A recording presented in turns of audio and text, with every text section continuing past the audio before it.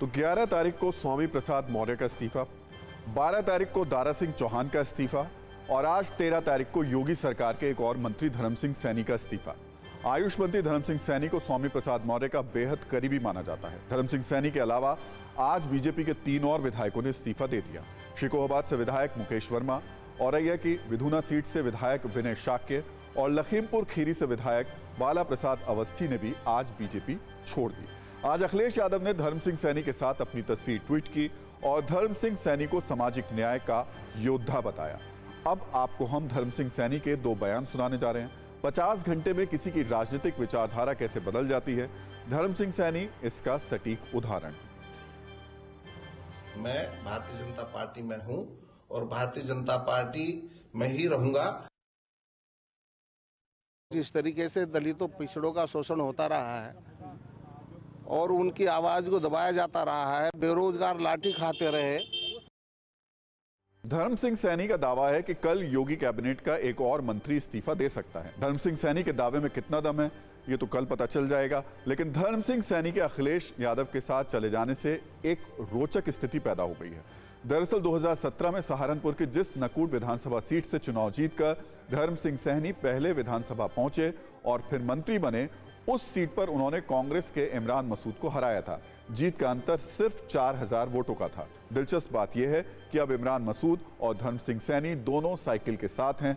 ऐसे में नकूट सीट पर कौन लड़ेगा ये देखने वाली बात होगी। तो साल 2013 की बात है। अमित शाह को बीजेपी ने यूपी फतेह करने का मिशन सौंपा। अमित शाह के सामने यूपी की 80 सीटों पर पार्टी को जिताने का चैलेंज था। उस वक्त बीजेपी के पास 80 में सिर्फ 10 सीटें थीं। अमित शाह के राजनीतिक जीवन की यह सबसे बड़ी और सबसे कठिन परीक्षा थी। यह परीक्षा पास करने के लिए अमित शाह यूपी के पूर्व सीएम कल्याण सिंह के पास गए। अमित शाह यूपी में MY फैक्टर की काट हासिल करना चाहते थे। कल्याण सिंह ने अमित शाह को यूपी जीतने का फॉर्मूला समझाया। कल्याण सिंह ने शाह से कहा कि MY की काट के लिए छोटे दलों और पिछड़ी जातियों के जनाधार वाली पार्टी को जोड़ना पड़ेगा। उसके बाद अमित शाह ने यूपी में जो किया वो बड़े बड़े पॉलिटिकल एक्सपर्ट्स के लिए आज भी केस स्टडी है। कल्याण सिंह के निधन के बाद दिसंबर 2021 में अमित शाह कासगंज पहुंचे थे।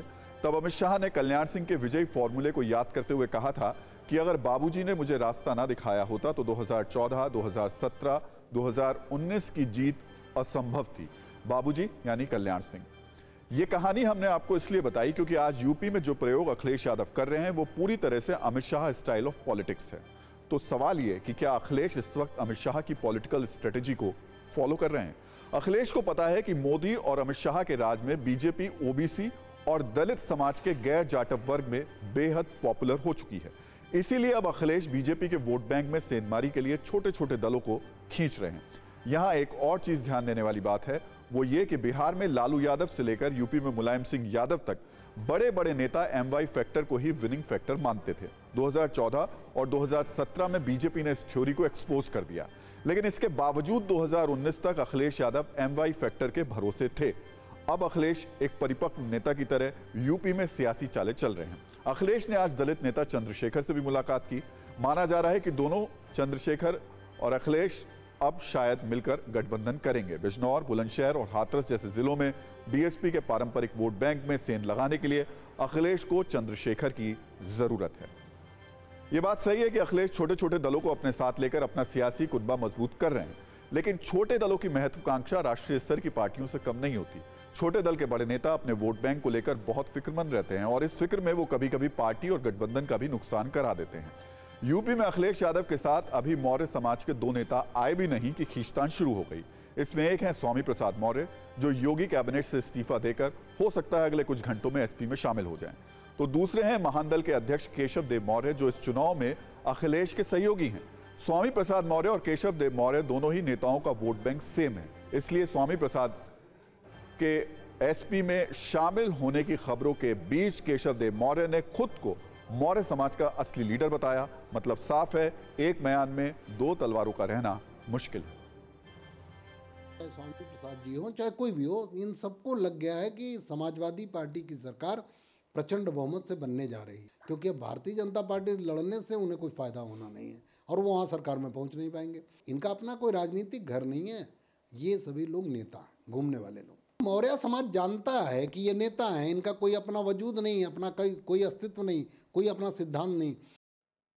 और अब हम आपको केशव देव मौर्य की पॉलिटिकल पावर भी बता देते हैं। केशव देव मौर्य ने मायावती की पार्टी बीएसपी को छोड़कर 2008 में महानदल नाम से अपनी पार्टी बनाई थी।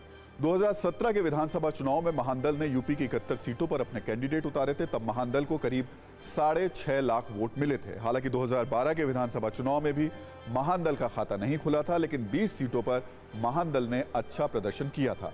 महानदल का यूपी में सियासी आधार बरेली, बदायूं, शाहजहांपुर, पीलीभीत, आगरा, बिजनौर और मुरादाबाद इलाके में सबसे ज्यादा है। केशव देव मौर्य के साथ आने से अखिलेश को शाक्य, सैनी, कुशवाहा, मौर्य और कंबोज बिरादरी का समर्थन मिलने की उम्मीद है।